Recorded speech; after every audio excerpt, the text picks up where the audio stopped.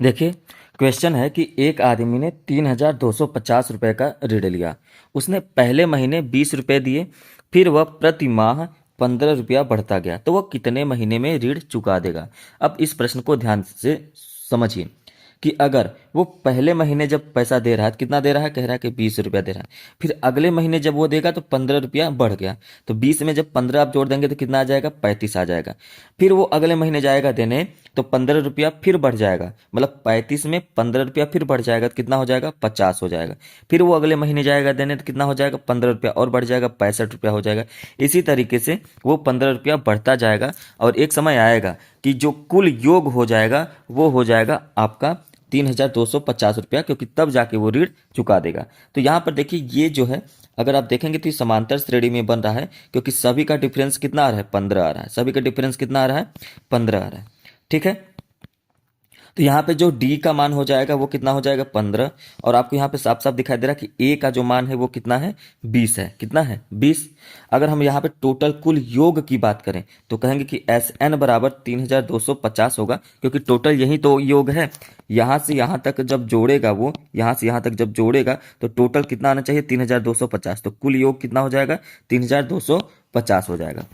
ठीक है, तो कुल योग बराबर फार्मूला आपको पता है कि एस एन बराबर क्या होता है, तो आप कहेंगे कि एस एन बराबर होता है n/2, है ना, ब्रैकेट में 2a plus n-1 into D. अब देखिए यहाँ पे सभी का मान पता है तो आप पुट कर दीजिए। 3,250 बराबर n का मान कितना है, ये n का मान तो हमको पता ही नहीं, क्योंकि यहाँ से यहाँ तक कुल कितनी संख्या है हमको नहीं पता है। ठीक है, तो n/2 इसको रहने देंगे, ब्रैकेट में 2 × a का मान 20 है प्लस n-1 ये रहेगा ही, और ये d का मान कितना है, तो कहेंगे d का मान 15 है। इसके बाद 3,250 बराबर n/2, है ना, ब्रैकेट में 40। अब 15 का दोनों में गुणा कर देंगे, 15n-15। ठीक है, ब्रैकेट बंद कर देंगे। 3,250 बराबर n/2, है ना, और उसके बाद ये 40 में से 15 घटा देंगे, है ना, तो कितना बच जाएगा, ये बच जाएगा 25। तो आप कहेंगे 25 प्लस 15n, तो ये एक तरफ आपका बच गया। क्लियर है। अब आगे बढ़ेंगे तो यहाँ पे देखिए इस दो को, ये जो दो है नीचे, इसको उस तरफ भेजेंगे तो ये इसमें क्या हो जाएगा, मल्टीप्लाई हो जाएगा। और जब ये मल्टीप्लाई हो जाएगा तो कितना आ जाएगा, आ जाएगा 6500 रुपया, 6500 आ जाएगा। तो इसको सबसे पहले कर देंगे 6500 बराबर, यहाँ पे n है ही, और इधर 25 प्लस 15n हो जाएगा।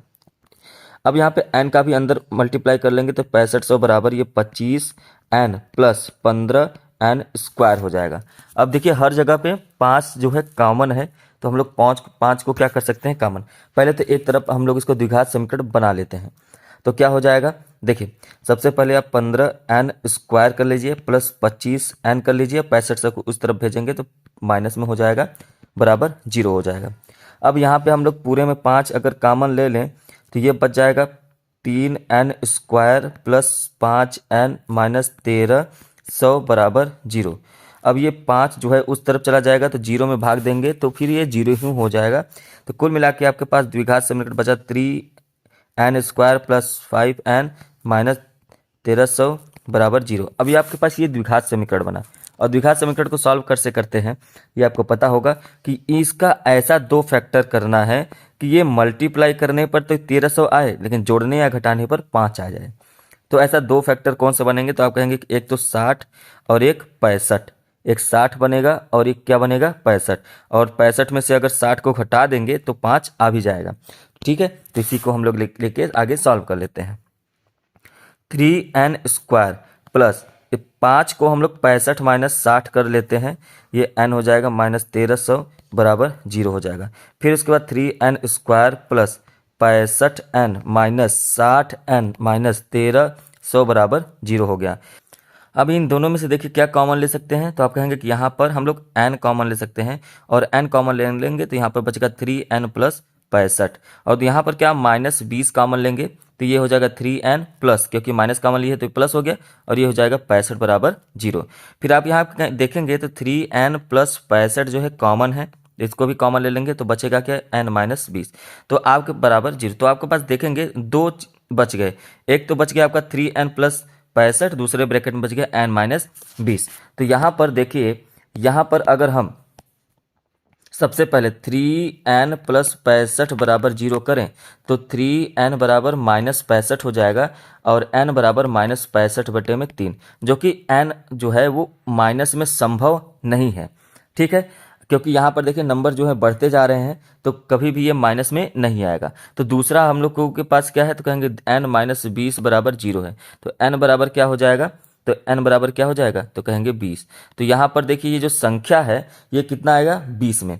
अभी यहाँ पर जो माइनस में आया है तो क्या इस संख्या, पहले एक संख्या था, फिर दूसरी संख्या, फिर तीसरी संख्या, फिर चौथी, तो सभी चीजें नंबर्स क्या हो रहे हैं, बढ़ रहे हैं। अगर नंबर्स बढ़ रहे हैं तो ये माइनस में पॉसिबल नहीं है। दूसरा क्या है, n बराबर 20, मतलब ये 20, 35, 50, 65 ये कितनी संख्याएं हो जाएंगे, इसे काउंट करेंगे टोटल, तो ये टोटल 20 संख्याएं आएंगी। और यही आपसे पूछा जा रहा है कि वो कितने महीने में ऋण चुका देगा, तो पहला महीना, दूसरा महीना, तीसरा महीना, इसी तरीके से कितने नंबर्स आ गए, टोटल 20। तो कहेंगे कि वो टोटल जो है पैसा अपना 20 महीने में वो पूरा का पूरा ऋण जो है वो चुका देगा। उम्मीद है कि आपको ये क्वेश्चन समझ में आया होगा। समझ में आया तो लाइक करें, शेयर करें और सब्सक्राइब जरूर करें।